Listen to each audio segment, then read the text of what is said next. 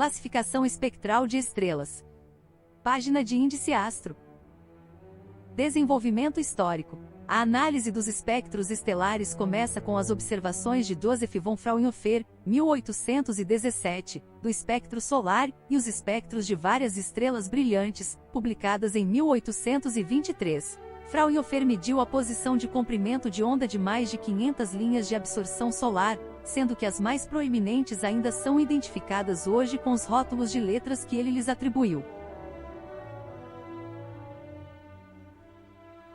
Após a observação laboratorial de Gustav Kirchhoff e Robert Bunsen em 1860 de linhas de emissão espectral na luz emitida por elementos químicos aquecidos, e de linhas de absorção correspondentes quando a luz de banda larga era transmitida através do gás elementar ou vapor, o potencial foi reconhecido para identificar os elementos químicos presentes nas estrelas, combinando linhas de absorção estelar a espectros de emissão laboratorial, e talvez para medir o movimento radial estelar em relação à Terra por meio de mudanças de Doppler em comprimentos de onda de linha. William Huggins, 1864, identificou vários elementos químicos em espectros estelares, descobriu linhas de emissão em nebulosas planetárias e documentou diferenças espectrais significativas entre os espectros de estrelas brilhantes.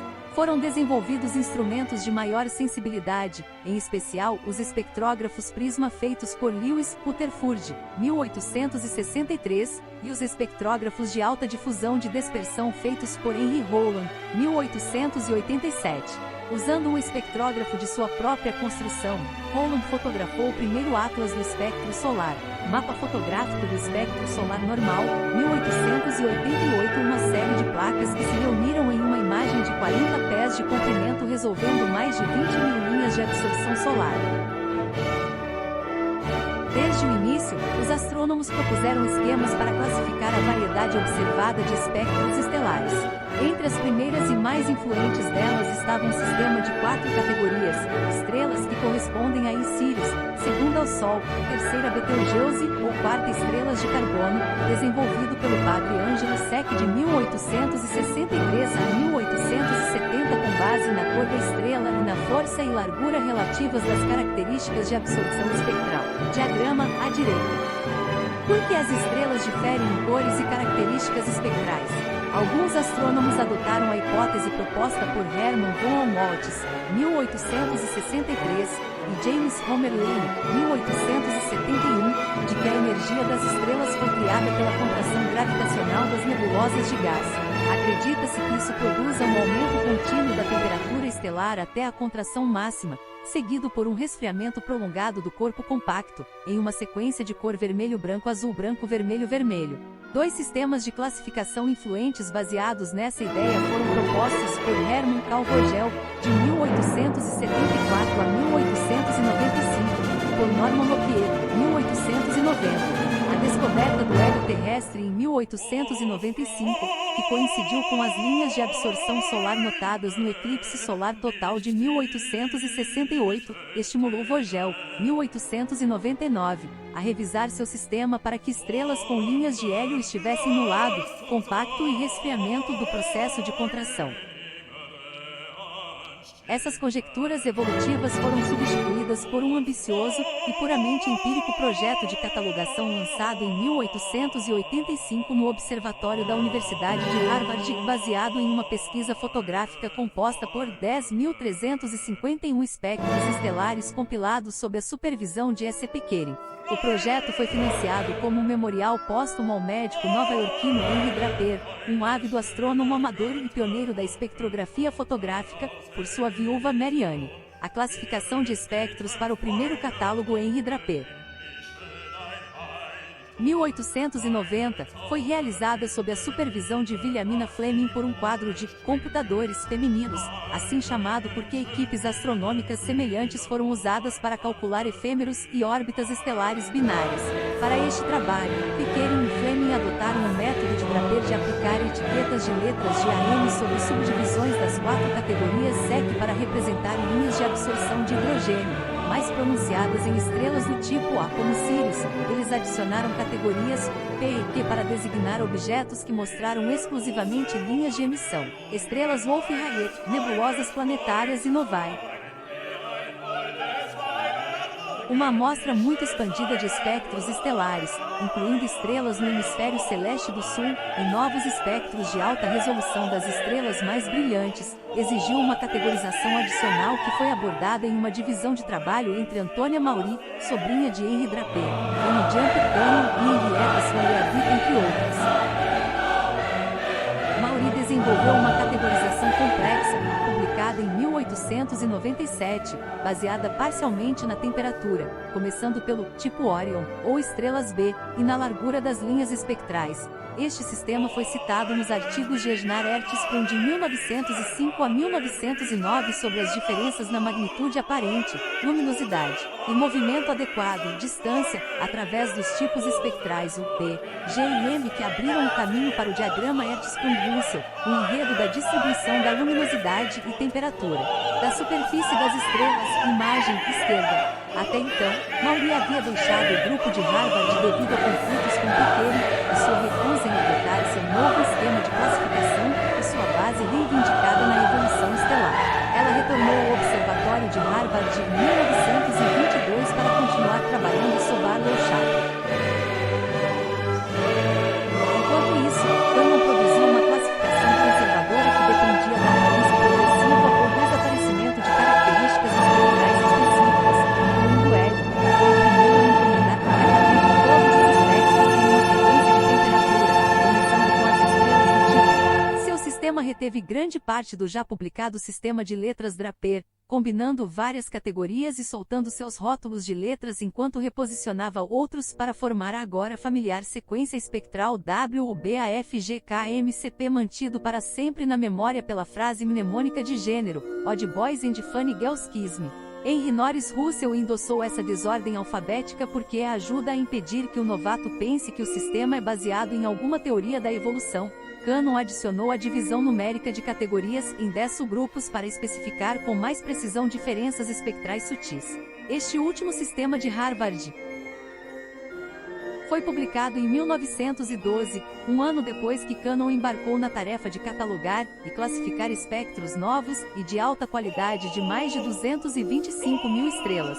O sistema Draper foi formalmente adotado como uma norma provisória, apesar de alguma relutância em abandonar a abordagem evolutiva Vogel pela União Astronômica Internacional em sua primeira Assembleia Geral, 1922, em Roma. Naquela época, avanços fundamentais tinham sido feitos na astrofísica. Estes incluíram as equações de Max Planck para a radiação de blackbody usando uma teoria quântica de energia, 1901, a teoria da camada eletrônica de Niels Bohr da estrutura atômica, 1913, elucidação da relação massa-luminosidade por Egnard Ertesprung e H.M. Russell, de 1905 a 1913, e a descrição dos estados de ionização atômica por Magnat Sarra, 1920. Depois disso, Cecilia Penny da Poche, 1925, identificou os estados de ionização elementar produzidos por diferentes temperaturas superficiais e demonstrou que as estrelas consistem principalmente em hidrogênio. Sir Arthur Eddington aplicou o conceito de equilíbrio radiativo de Carlos Schwarzschild à constituição interna das estrelas. De 1916 a 1925, e Hans Bethe, 1939, descreveu os processos de fusão nuclear que geram energia estelar, e Subrahmanian Chandrasekhar, 1939, formalizou como uma teoria da evolução estelar, incluindo o colapso gravitacional que produz supernovas e anãs brancas. Contribuindo para esses avanços teóricos, várias décadas de observações intensivas do Sol motivaram o desenvolvimento de novas técnicas de observação e insights básicos sobre estrutura estelar e termodinâmica. Estes colocaram a teoria da evolução estelar e os procedimentos de classificação espectral em uma base empírica firme, e forneceram uma compreensão detalhada da relação entre características espectrais estelares, estados de excitação elementar e ionização, temperatura da superfície e gravidade da superfície. Com base nesta fundação, os códigos de luminosidade foram combinados com os tipos classificação espectral de estrelas. Com base nesta fundação, os códigos de luminosidade foram combinados com os tipos espectrais de Harvard para formar um esquema de classificação bidimensional no Atlas of Stellar Spectra por William Morgan, Philip Keena e Edith Kellman, 1943. Este atlas compreendeu 55 placas, cada placa apresentando 4 ou mais espectros ultravioletas tomados com um refratário lentes de 40 polegadas, que ilustrava diferenças tanto no tipo espectral quanto nas características de luminosidade enfatizadas por Maury. Posteriormente revisado e aumentado, o sistema MK é o principal sistema de classificação estelar em uso hoje. Mesmo assim, nenhum sistema de classificação espectral foi aceito como definitivo pela IAU. Como Morgan disse em 1979, o sistema MK não tem qualquer autoridade. Nunca foi adotado como um sistema oficial pela União Astronômica Internacional ou por qualquer outra organização astronômica. Sua única autoridade está em sua utilidade. Se não for útil, deve ser abandonado. Tipo de temperatura e espectral. A propriedade fundamental de uma estrela é sua massa em astrofísica estelar. Massa é destino. A massa determina a pressão gravitacional no núcleo estelar, que determina a temperatura do núcleo, e a taxa de fusão nuclear. Estrelas mais massivas são mais quentes, consomem seu combustível nuclear mais rapidamente, e têm vidas mais curtas na sequência principal de Hertzsprung-Russell, diagrama acima. A energia da fusão nuclear do núcleo irradia lentamente para fora através do corpo da estrela, tornando-se suavizada na distribuição de fótons de raios-X observáveis da Terra, como o perfil de fluxo da estrela. Estrelas também brilham através de emissão de neutrinos e perda de massa ou evaporação na superfície, mas estes não afetam o tipo espectral. Assim, a massa, temperatura e luminosidade de uma estrela estão fundamentalmente relacionadas. A classificação espectral examina apenas a luz emitida pela camada externa relativamente fina, ou pela fotosfera de uma estrela.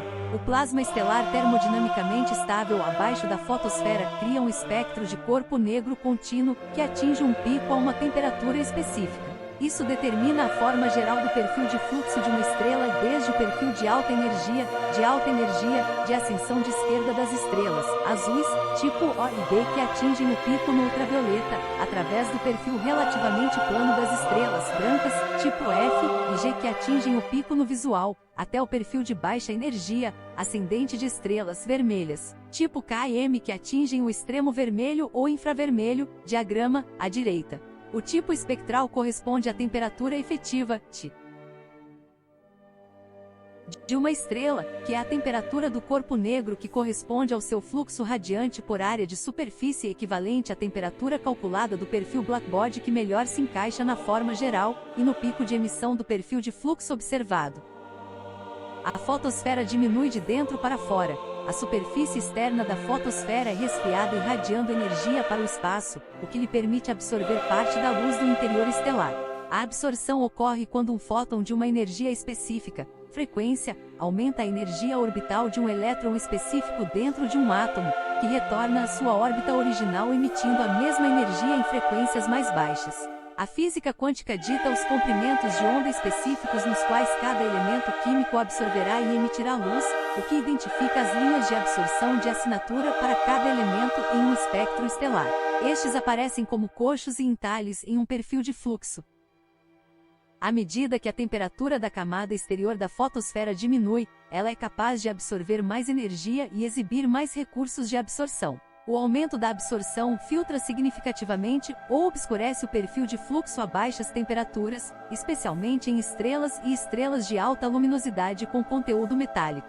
Na astrofísica, um metal é qualquer elemento mais pesado que o hélio. Nessas situações, a razão entre a força das linhas de absorção específicas pode ser usada para inferir temperatura.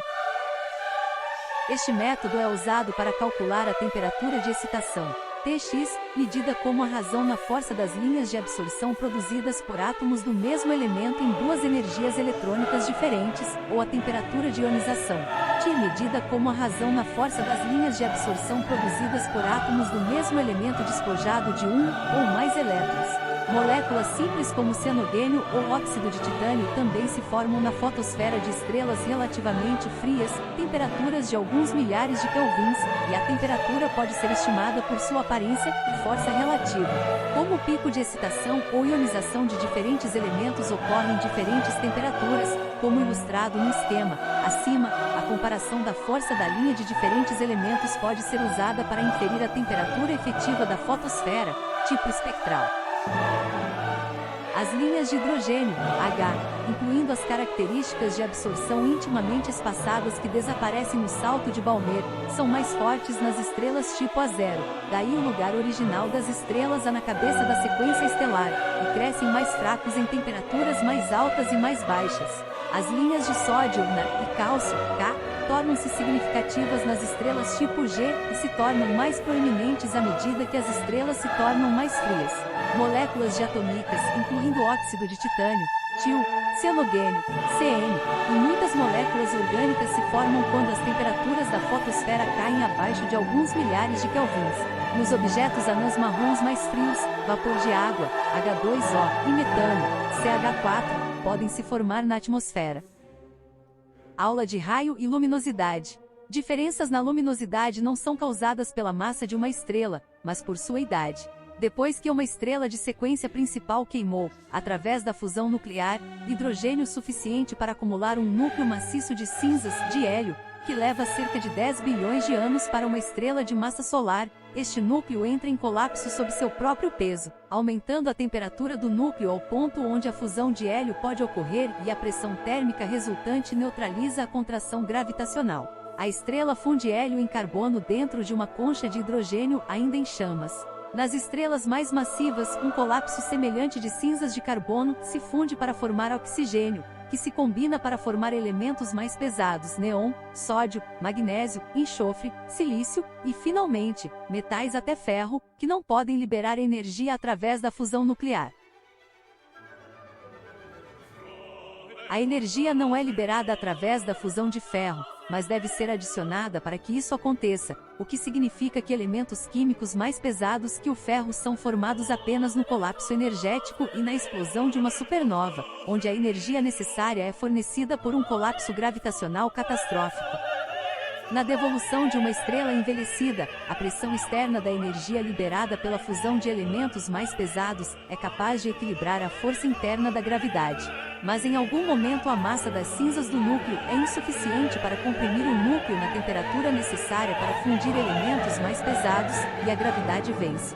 Em estrelas de massa solar, este colapso final produz uma nova que resulta em uma anã branca inerte e lentamente resfriada dentro de uma nebulosa planetária. Nas estrelas mais massivas, o colapso gravitacional do núcleo de ferro produz uma supernova que resulta em uma estrela de nêutrons ou buraco negro.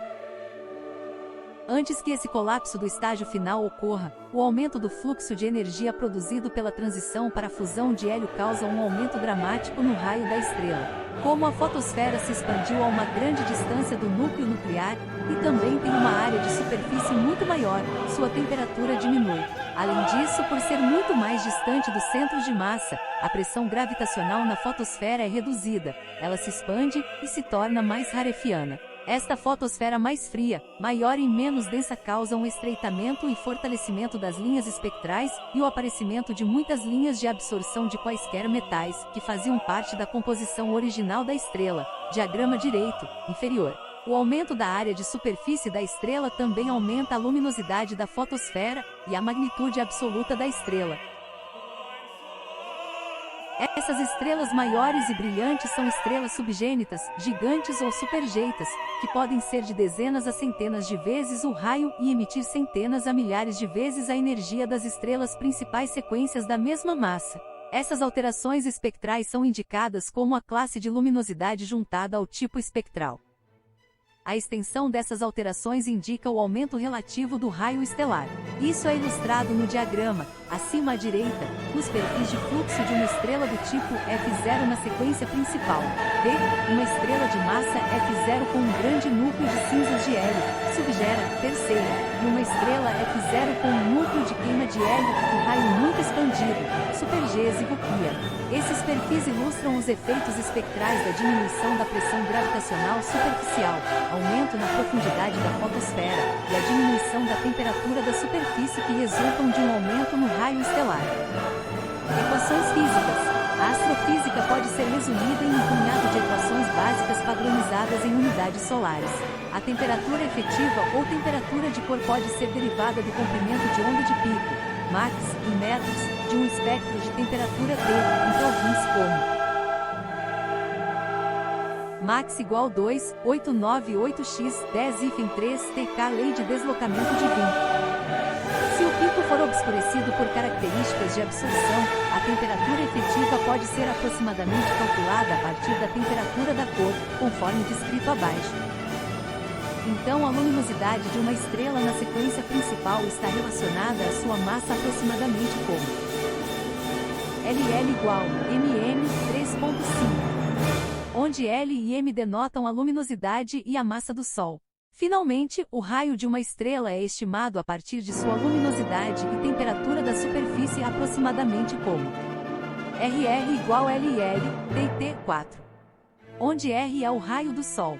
Além disso, a vida útil de uma estrela na sequência principal está relacionada à sua massa e luminosidade aproximadamente como TT igual ML, LM, onde é de aproximadamente 15 bilhões de anos. Processo de classificação. Em resumo, o espectro de uma estrela apresenta informações sobre sua massa, temperatura, luminosidade, raio e composição química, e também pode ser usado em alguns casos para identificar e medir a velocidade rotacional, expansão ou contração da superfície, a força dos campos magnéticos, a presença e a velocidade dos ventos estelares, e a composição de nuvens circunstelares de gás ou poeira. A classificação espectral é um método para organizar essa riqueza de informações em torno das propriedades fundamentais de massa, temperatura e raio, luminosidade. 51 das categorias espectral luminosidade no sistema MK são definidas por estrelas específicas do Anchor Point Standard com espectros estáveis e não obscurecidos, um procedimento de classificação aplicado pela primeira vez por SEC. Estes servem para documentar os atributos da categoria definidora da mesma forma que um espécime holótipo é usado para definir uma espécie biológica. Entre eles estão Orionis, Rigel, B8ia Cygnis, Deneba, A2ia, Persei, Mirfac, F5ib, Desan, G2v, Geminorum, Pollux, K0 terceiro e Orionis, Betelgeuse, M2ib. A estes são adicionadas estrelas do padrão primário como exemplares das categorias restantes, e estrelas padrão secundários que são visíveis em diferentes épocas do ano, e nos hemisférios norte ou sul. Uma classificação é feita comparando o perfil de fluxo de uma estrela com os perfis de fluxo das estrelas padrão. O perfil de fluxo registra a energia eletromagnética emitida dentro de caixas de comprimento de onda estreitas, 0,1 a 0,4 nanômetros, 1 a 4A, medida através de uma seção limitada do espectro eletromagnético, mais convenientemente representada como um gráfico de energia através do comprimento de onda, como mostrado nos diagramas acima, à direita, ou como uma tabulação para análise de computador. O Atlas de 1943 limitou-se à extremidade azul do espectro necessária para expor as lentas emulsões fotográficas da época, e os códigos MK ainda são definidos principalmente por características espectrais ultravioletas na faixa de 380 a 500 nanômetros, indicada pela faixa azul vertical em diagramas acima. No entanto, revisões e sistemas de classificação acessória estenderam o sistema para o raio-x e infravermelho, e criaram novas categorias, como as anãs marrom L e T. Uma estrela é classificada atribuindo a ela a categoria de tipo do perfil de fluxo padrão mais próximo ou da mistura entre dois perfis. Gradações na partida são significadas pelos subtipos numéricos. A correspondência espectral é feita usando características de absorção muito específicas, a força e largura das linhas espectrais, separadamente ou como proporções entre pares de linhas, e as linhas usadas nessas comparações são diferentes entre os diferentes tipos espectrais. Como explicado acima, hidrogênio, H, hélio, He, silício, Si e magnésio, Mg, são úteis para classificar as estrelas do tipo quente C do B, A, cálcio, K, sódio, Na e ferro, Fe, nas estrelas solares tipo F e G, titânio, Ti, oxigênio, O, moléculas de carbono, Co, CH, CN, etc., e água, H2O, são úteis, aproximadamente nessa ordem, para classificar as estrelas mais frias do tipo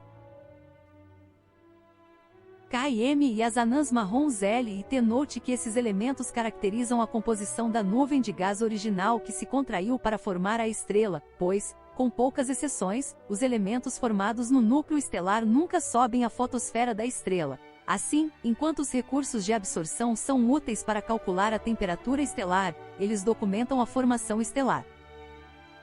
A luminosidade é avaliada como o estreitamento da largura de banda das linhas espectrais mais proeminentes, o aumento ou diminuição da força das linhas de absorção, e o aparecimento de novas linhas de absorção características de menor temperatura ou pressão gravitacional. O tipo espectral, mas não classe luminosidade, de uma estrela pode ser estimado por medidas fotométricas de seu fluxo através de filtros específicos ou sensores de banda estreita. A temperatura da cor, Tc, de uma estrela é a temperatura do corpo negro que corresponde à relação de fluxo medida dentro dessas duas bandas espectrais, o que é suficiente para definir exclusivamente a forma do perfil Blackbody. O sistema Johnson-Cousins UBV, 1953, usa larguras de banda de filtro bastante amplas, como mostrado pelas barras coloridas no topo do diagrama do perfil de fluxo. Acima à direita, o índice BV mede a inclinação do contínuo Paschen e captura bem a temperatura efetiva da estrela. O sistema Ovströmgren, 1966, usa filtros muito mais estreitos que evitam algumas ambiguidades de medição da UBV. Note que V significa visual, verde no sistema Johnson-Cousins, mas V para violeta no sistema Strömgren. Nenhum dos sistemas é equivalente a uma classificação espectral, pois são excluídas informações sobre recursos específicos de absorção, são formas alternativas e menos trabalhosas intensivas para quantificar a temperatura do corpo negro de um perfil de fluxo. A classificação espectral foi realizada no passado por codificadores humanos usando microscópios para examinar emulsões fotográficas granuladas. Na era atual da fotometria digital, os seres humanos estão sendo substituídos por sistemas de codificação de computador que podem lidar com os enormes conjuntos de dados gerados por hiparcos, SDSS, 2MES e Gaia. Seja qual for o método utilizado, os dois princípios afirmados pelos astrônomos espectrográficos são que as estrelas devem ser classificadas de acordo com as características mais fundamentais do espectro estelar, e de forma empírica livre de teorias estranhas. Esses princípios dão ao sistema robustez como uma estrutura puramente descritiva, e permitem que teorias da astrofísica estelar e evolução se desenvolvam como esforços de pesquisa separados. Leitura suplementar. Atlas espectroscópico para astrônomos amadores por Richard Walker, uma bela indução documentada, detalhada e inestimável à espectroscopia e classificação estelar. Espectroscopia astronômica, página agregadora de links informativos. Tipo espectral. A tabela abaixo lista os principais atributos das estrelas dentro de cada tipo espectral na sequência principal. Os valores para a temperatura da superfície, raio e luminosidade não descrevem estrelas fora da sequência principal, estrelas gigantes e supergigantes.